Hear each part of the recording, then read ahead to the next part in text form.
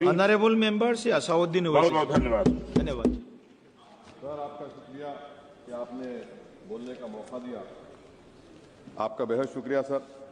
Sir, मैं इस budget की मुखालिफत में बोलने के लिए खड़ा हूं और इस बात को ज़हन नशीन करनी चाहिए सर कि पिछले 25 साल में से 15 साल बीजेपी और एनडीए इख्तिदार पर है और यही बुनियादी वजह है कि आज एक ग्रेजुएट बेरोजगार है, किसान खुदकुशी कर रहे हैं, एमएसएमई बंद हो रहे हैं और चीन से बगैर इंपोर्ट करे हमारे देश का निजाम नहीं चल सकता।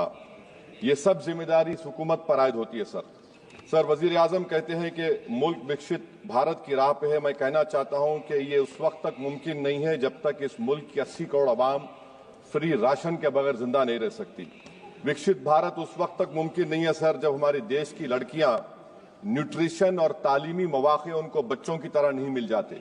सर, विकसित भारत उस वक्त तक मुमकिन नहीं है जब हमारे मुल्क के बच्चों को जो पढ़ना नहीं आता, प्रॉपर सेंटेंस नहीं लिख सकते। सर, विकसित भारत उस वक्त तक मुमकिन नहीं है जब इस देश की बहुत बड़ी आबादी गरीब है, एब्जेक्ट पॉवर्टी में है। विकसित भारत इस वक्त तक मुमकिन नहीं है सर जब देश के 15% मुसलमानों को तालीम से, रोजगार से, सियासत, इंतजामी और गवर्नेंस से मजहबी तासुब की बुनियाद पर खारिज कर दिया जाता है। सर, 2014 से रियल वेजेस में गिरावट आई है या स्टैग्नेशन हुआ है। हर साल 1.3% की कमी हुए, यानी हर साल वतन अजीज के शहरी गरीब होते हैं और बरसर इख्तिदार की जमात की दौलत में इजाफा होता है। 750 उन्होंने अपने नए पार्टी ऑफिस पूरे देश में खोले हैं और एक गरीब को पीएमएवाई में बगैर रिश्वत करप्शन के घर नहीं मिलता। सर, तनख्वाहों में कमी, गिरावट से सबसे ज्यादा नुकसान मुसलमान, दलित और आदिवासी को है क्योंकि इनमें सबसे ज्यादा गरीब हैं। सर, मोदी हुकूमत ने इन तीनों तबकों के खिलाफ ऐलान जंग कर दिया। क्या मन की बात से एक औसत घराने को खाना मिलता है? सर, वजीर आजम ने हालिया आवाम को, जनता को मशवरा दिया कि खाने के तेल में कमी करने से जिस्म का वजन कम होता है। सर, मगर इस हुकूमत के मोटापे का अंदाजा लगाइए कि 2014 और 22 से मोदी हुकूमत ने एडवर्टाइजमेंट के ऊपर 3,260 करोड़ रुपए खर्चा किए। तो मालूम हुआ कि देश के प्रधानमंत्री मोदी जी एक एग्जाम वॉरियर भी हैं और एक डाइट कोच भी हैं। सर, खाने के तेल का होलसेल प्राइस इंडेक्स 2014 में 104 था, 2022 में 182 हुआ, 2024 में 145 होता है। ये पॉलिसी हुकूमत किसके लिए बनाती है? गरीबों के लिए नहीं बनाती, हम जानते हैं। सर, 80% भारत की आबादी माइक्रो न्यूट्रिएंट डिफिशियंसी है, सफर करती है।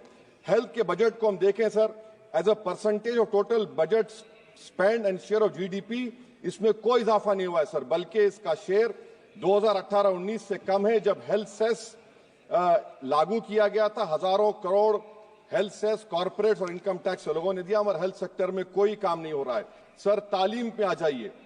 इकोनॉमिक सर्वे जो रिसेंटली ले हुआ है इस हाउस में, जिसमें डेटा यह बताता है कि स्कूल रिटेंशन क्लास 1 to 10 63.8 और हायर सेकेंडरी में क्लास 1 to 12 45.6। मतलब यह है कि सर, एक 1/3 हमारे बच्चे 10वीं तालीम को मुकम्मल नहीं करेंगे और आधे से ज्यादा 12th की तालीम नामुकम्मल करेंगे। लगता है कि देश के प्रधानमंत्री इनको एग्जाम वॉरियर बनाने का जो नारा लगाते हैं, वो नहीं चाहते कि नौजवान तालीम याफ्ता बने, बल्कि सिर्फ चाहते हैं कि गरीब और मायूस नौजवान उनकी जलसों जनसभाओं में यहाँ शिरकत करें, उनके लिए जिंदाबाद के नारे लगाएं और खुद की जिंदगी और मुस्तकबिल को मुर्दा कर दें। सर, सच्चाई यह है कि हमारे नौजवानों का एक बहुत बड़ा तबका बेसिक मैथमेटिक्स पढ़ नहीं सकता और अपनी मादरी जबान में एक जुमला नहीं लिख सकता।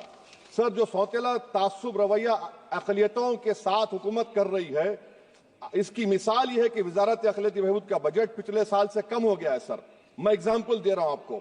जो pre matric, post matric, MANF, free coaching, interest subsidy education loan है, एलोकेशन फॉर एजुकेशन एम्पावरमेंट में जबरदस्त कमी आई है। सर, पिछले साल 1575 करोड़ था सर, इस साल 678 करोड़ कर दिया गया है। सर, सेंट्रल सेक्टर की जो स्कीम्स है जिसमें education, empowerment, skill development, PM विकास है, 2024 में 2120 करोड़ में से सिर्फ 770 खर्चा किए गए सर। 2025-26 में उसको 1237 करोड़ कर दिया गया। सर, ये सरकार अक़लियतों को और खास तौर से मुसलमानों को मुकम्मल नजरअंदाज कर दी गई है। प्री मैट्रिक स्कॉलरशिप सर, पिछले साल 326 करोड़ में से 90 करोड़ रुपए खर्चा किए गए। पोस्ट मैट्रिक में इस साल 65% कमी कर दी गई, सिर्फ 413 करोड़। मेरिट कम मीन सर 33 करोड़ से 7 करोड़ कर दिया गया है। कौमी वक्फ बोर्ड तरक्याती स्कीम, शहरी विकास संपत्ति सर 2023-24 में 17 करोड़ में 8 करोड़ दिए गए, 1 करोड़ खर्चा हुआ। 2024 में 16 करोड़ सिर्फ 3 करोड़ रुपए दिए गए। इस साल 13 करोड़ रुपए दिए गए हैं। तो इससे अंदाजा होता है कि हुकूमत वक्फ की जायदादों को आमदनी का जरिया नहीं बनाना चाहती, उसको बर्बाद और खत्म करना चाहती है। सर स्किल डेवलपमेंट में हमारी दोहर उस्ताद नई मंजिल बिल्कुल खत्म करके रख दिया। अब टेक्सटाइल इंडस्ट्री बर्बादी के दहाने पे आ गई सर। 2016 तक भारत में सबसे ज्यादा रेडीमेड गारमेंट्स हम एक्सपोर्ट करते थे, आज उसमें 14% कमी आई, बांग्लादेश हमसे आगे चला गया। सर मैं एक मिसाल दे रहा हूं, मालेगांव में पावरलूम इंडस्ट्री में जो रोजगार देते हैं, ना उस पावरलूम इंडस्ट्री के लिए ना उसमें लेबरर के लिए कुछ बजट में रखा गया है। RODTEP, ROSCTL में एक्सपोर्ट प्रमोशन की पॉलिसी नहीं बनाई गई। ग्रुप इंश्योरेंस और GIS को क्यों बंद किया गया इन पावरलूम इंडस्ट्री के लिए? और फिर सर PLI स्कीम के बहुत बड़े दावे किए जाते हैं। ये PLI स्कीम प्रो कॉर्पोरेट है, जबकि इसको प्रो माइक्रो होना चाहिए था। मालेगांव की पावरलूम इंडस्ट्री के लिए इंफ्रास्ट्रक्चर डेवलपमेंट है। ये तासुब और सौतेला सुलूक मालेगांव पावरलूम और इंडस्ट्री से कब तक चलेगा? सर डेडलाइन, मोदी जी ये गवर्नमेंट डेडलाइन देती है। मेक इन इंडिया का वादा था सर 100 मिलियन जॉब्स, 12 से 14% ग्रोथ। हकीकत क्या है सर? सिर्फ 6% ग्रोथ है। मैन्युफैक्चरिंग एम्प्लॉयमेंट में सर 12.6 2011-12 में था, वो गिरकर 11.4 हो गया 2022-23 में। सर इकोनॉमिक यूरोपियन यूनियन की policy on carbon border adjustment mechanism EU deforestation regulation ये कहता है इसके ऊपर भारत का बहुत बुरा असर पड़ने वाला है। इकोनॉमिक सर्वे ये कहता है कि 9.5 बिलियन एक्सपोर्ट्स में कमी आएगी। क्या पॉलिसी है सरकार की? सर अनक्लेम डिपॉजिट्स देखिए सर, 2023-24 में LIC में 3,70,000 maturity claims are lying unclaimed, 880 crore के। EPFO 2023-24 में 8,500 crore is lying unclaimed in 21 lakh inoperative accounts. Is this being done deliberately to shore up the government supply? Why is the middle class being made bali ka bakra, sir? In February 2023, sir, 35,000 crore is lying vacant or unclaimed in public sector banks. Why don't you use it? And sir, the travesty of justice is in PM Poshan, sir, a cook or helper gets only 1,000 rupees for 10 months. Why can't the government increase? Sir, agriculture department का जो budget है 4,000 करोड़ कमी कर दी गई। मैं आदाद और शुमार और एक स्टडी की बुनियाद पर कह रहा हूं कि किसानों की अगर आमदनी 100 रुपये है तो ये हुकूमत 12 रुपये लेती है। जुल्म नहीं तो क्या है? Sir India steel industry export किया 13 बिलियन और उसमें से 1.2 बिलियन हमने एक्सपोर्ट किया था स्टील एल्यूमिनियम US को। अगर ट्रंप 25% टैरिफ लगाएगा ये सिग्निफिकेंट बर्डन होगा इंडिया के स्टील एक्सपोर्टर्स पर और इसीलिए इंडिया मेटल इंडेक्स गिरा है 3%। सर क्या पॉलिसी है सरकार की?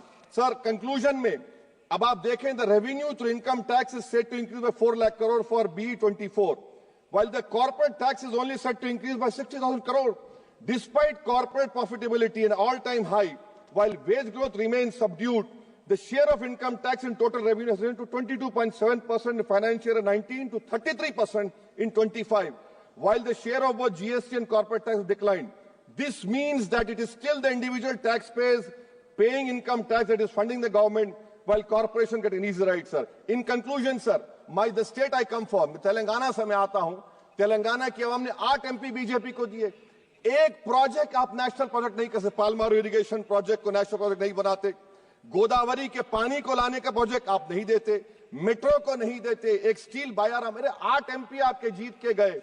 ये लगता है कि बेचारे वो कितने कमजोर हैं कि जिस रियासत से जीत कर गए वहां पर कुछ नहीं कर सक रहे हैं सर। तो इसीलिए मैं इस बजट की मुखालिफत में खड़ा हूं। इससे कोई रोजगार में फायदा नहीं होगा, विकसित भारत नहीं बनेगा। आप लाख बोल लीजिए, हम 12 लाख का बाजा बजाइए, मगर बाजू GST का एक चौकीदार खड़ा हुआ है चोरी करने के लिए। बहुत बहुत शुक्रिया सर।